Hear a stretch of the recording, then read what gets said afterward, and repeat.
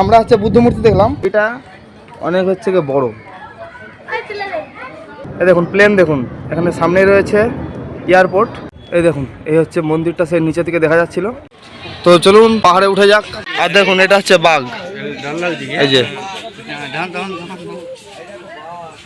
এর আগের পর্বে আমি আপনাদের সঙ্গে শেয়ার করেছি পুরী ভ্রমণের দ্বিতীয় পর্ব, অর্থাৎ ওড়িশার কপিলাস মন্দির এবং পাহাড়ি প্রাকৃতিক দৃশ্য। তারপর দুপুরে খাওয়া দাওয়া করে বাসের মধ্যে ছোট্ট একটি ঘুম দিয়ে সোজা চলে এলাম ওড়িশার নন্দনকানন চিড়িয়াখানায়। এখন হয়তো আপনাদের কারো মনে হতেই পারে যে দাদা, ভিডিওর টাইটেল আর থাম্বনেল তো ছিল উদয়গিরি এবং খণ্ডগিরি, তাহলে হঠাৎ করেই প্রথমেই কেন চিড়িয়াখানার ভিডিও? তাদের উদ্দেশ্যে বলবো, আমরা কপিলাস মন্দির থেকে উদয়গিরি এবং খণ্ডগিরি যাওয়ার পথে প্রথমেই গিয়েছিলাম নন্দনকানন চিড়িয়াখানা। তারপর উদয়গিরি এবং খণ্ডগিরি দেখে আমরা সোজা চলে গিয়েছিলাম পুরীর হোটেলে। তাই সমস্ত অভিজ্ঞতাই এই পর্বেই রাখার চেষ্টা করলাম। 24শে আগস্ট আর সময় দুপুর 1:30। তো এর আগের পর্বে আমি আপনাদের সঙ্গে শেয়ার করেছি কপিলাস মন্দির, ঠিক আছে। আর এটা হতে চলেছে পুরী ভ্রমণের তৃতীয় পর্ব। আর তৃতীয় পর্বে থাকছে নন্দনকানন চিড়িয়াখানা, উদয়গিরি এবং খণ্ডগিরি। তো আমরা পুরো একদম চলে এসেছি নন্দনকানন জুয়ের সামনে। আর এখন ভেতরে ঢুকবো। আর এইখানেও টিকিট মূল্য 50 টাকা করে।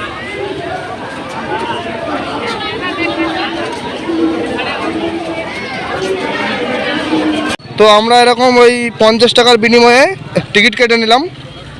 তো এখন ঢুকে পড়েছি জুয়ের ভেতরে। আর ভেতরে ঢুকার পরেই এইরকম রয়েছে একটি ভালো, খুব সুন্দর দেখতে ফোয়ারা।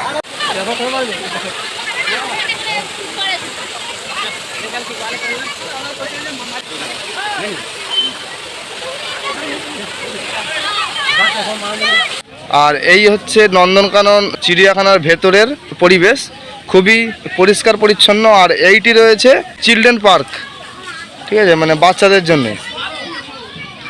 আর এইখানে এরকম গাড়িও রয়েছে, ঠিক আছে, আপনারা গাড়ি ভাড়া করেও ঘুরতে পারেন। প্রথমে আমাদের চোখে পড়লো ভাল্লুক, এই যে 60টে ভাল্লুক এখানে, বড় বড় একবারে। আলিপুর চিড়িয়াখানাটা যেটা দেখেছিলাম সেটা অনেকটাই ছোট, এটা কিন্তু অনেকটাই বড়। আর দেখুন এটা হচ্ছে বাঘ, এই যে।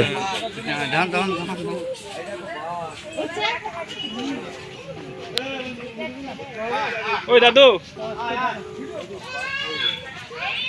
তো এইখানে আমরা মানে খুব বেশিক্ষণ থাকতে পারবো না, কারণ সময় দেওয়া হয়েছে 1 থেকে 1.5 ঘন্টা। এবার এইটা টোটালটা ঘুরতে গেলে প্রায় 2-2.5 ঘন্টার সময় হলে ভালো হয়।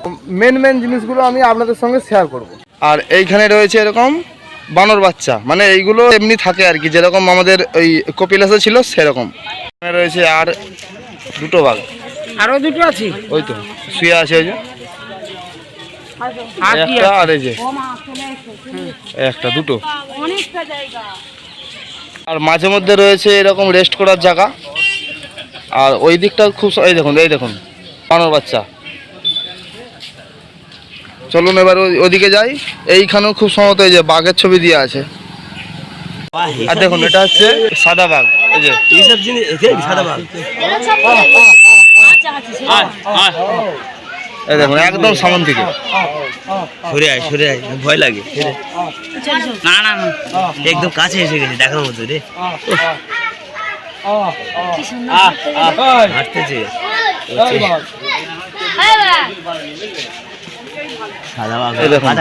একদম পুরো সামন থেকে।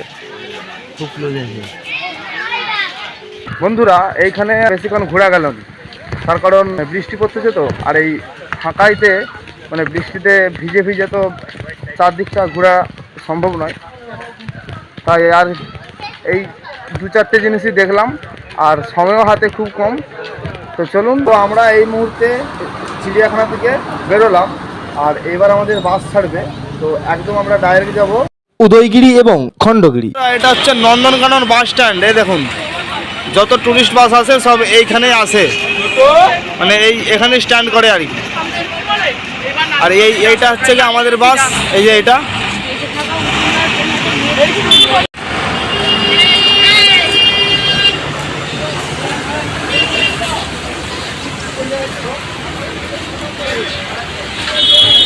তো বাড়ি থেকে যে খাবার এনেছিলাম তো মোটামুটি শেষের পথে, তো আবার নিয়ে নিলাম এই যে এরকম 4 প্যাকেট বিস্কুট আর একটা রুটি।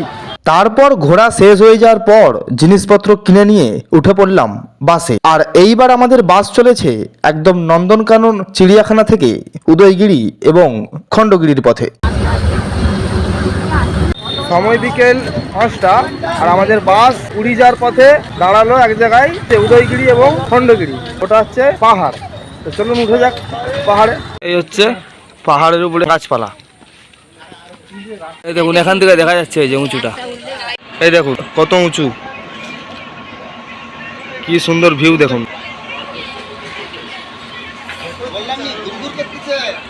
তো চলুন পাহাড়ে উঠে যাক। এই দেখুন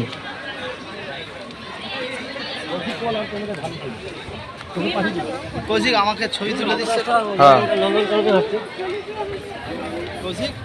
হ্যাঁ দেবো দেবো দেবো।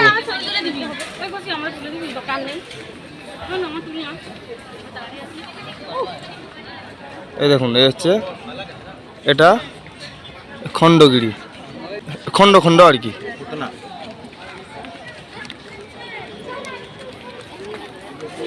এই হচ্ছে প্রাকৃতিক ভিউ, কতটা সুন্দর।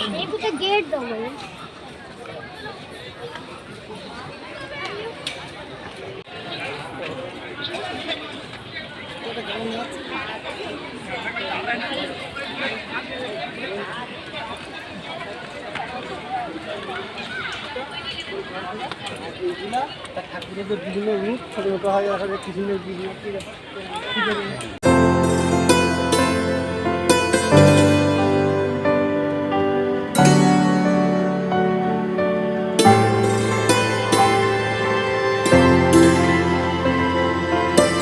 তো এখন আমরা চলে এলাম একদম পুরো হচ্ছে গিয়ে উপরে। এই দেখুন উপর থেকে এটা হচ্ছে নিচের ভিউ, এই যে এইরকম।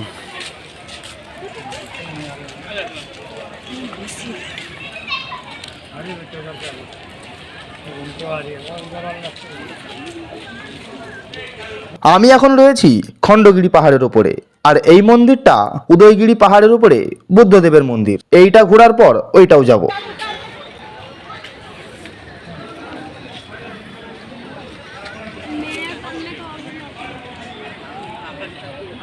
এই দেখুন কত লোক উঠেছে উপরে।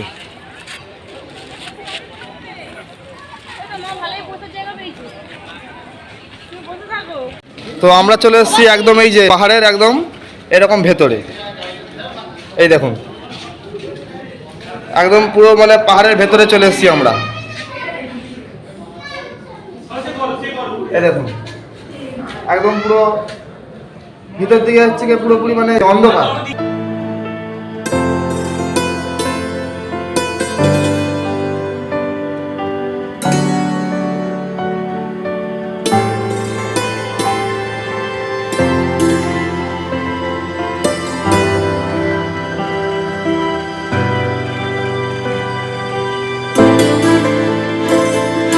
এই জায়গাটি আমার ভীষণ ভালো লেগেছিল, আর আমার পাহাড়টাই বেশি পছন্দ। আপনাদের কোনটা পছন্দ, পাহাড় নাকি সমুদ্র?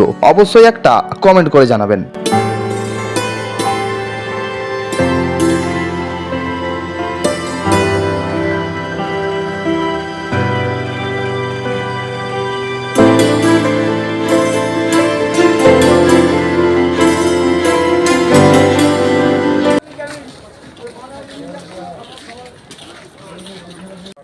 আমরা ছিলাম ওই পাহাড়টায়, আর এখন এলাম এই যে এইটাতে।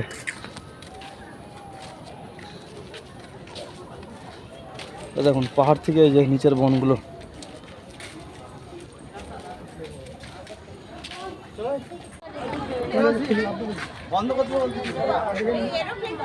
দেখুন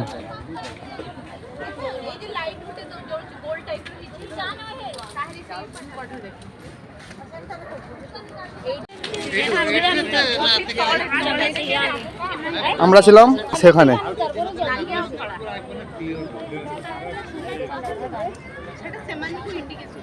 দেখুন আমরা এখন উঠছি এই যে এরকম, কোনো সিঁড়ি টিড়ি নেই, ঠিক আছে, মানে একদম সম্পূর্ণই পাহাড়ে উঠা। তো পাহাড়ে উঠাই এটাই তো হচ্ছে কি মানে অ্যাডভেঞ্চার, সত্যিকারেরই একদম। ঠিক আছে, এরো খেরো।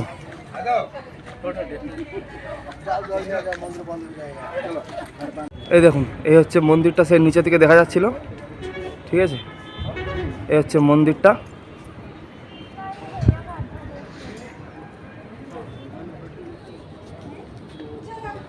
না, আমি এখন রয়েছি এই একদম পুরো মন্দিরের সামনে। আর এই মন্দির থেকে ওই নিচের ভিউটা দেখুন, এই দেখুন। अपना बस वहाँ खड़ा है, वहाँ से हम लोग चल के यहाँ आए। এই মন্দির থেকে পুরো এই वहाँ से हम लोग নিচের वहाँ ভিউটা नहीं गए। ঠিক এই রকম। यहाँ से आए, আমরা ছিলাম এইখানটাতে, उधर दूसरा रोड है। আবার এরকম নিচে দিয়ে আমরা उसके बाद इधर এই পাহাড়টায় উঠলাম। আর এইখানেই হচ্ছে কি এরকম মন্দিরটা রয়েছে। आ रही है, अभी रुकिए।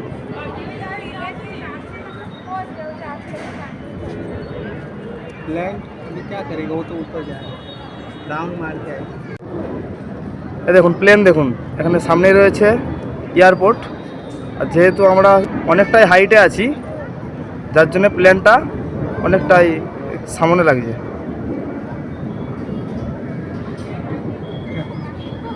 কি ভিউ!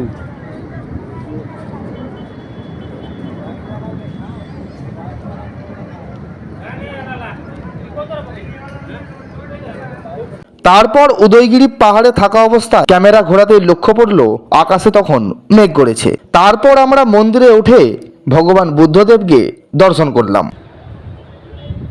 বুদ্ধ মূর্তি।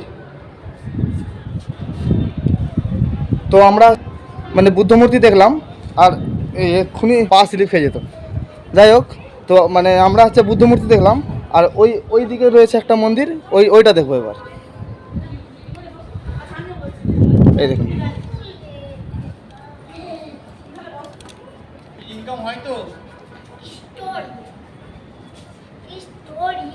তুমি কি ভালো করে দেখ